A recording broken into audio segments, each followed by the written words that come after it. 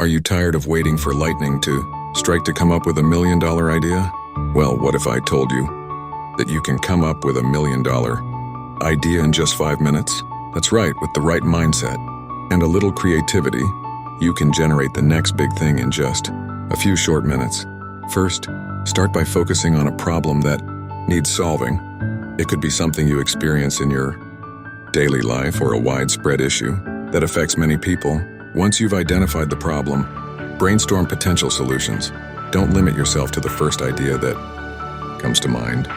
Keep pushing yourself to think outside the box until you come up with a truly innovative solution.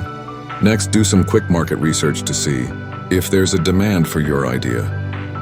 Look for similar products or services to see how they're performing in the market. If there's a gap that your idea can fill, then you might be on to something big. Now, it's time to map out a rough plan for how you could bring your idea to life. Consider the resources, skills, and support you would need to turn your idea into a viable business. This doesn't need to be a fully fleshed out business plan, just a rough overview to understand the feasibility of your idea. Finally, don't be afraid to seek feedback.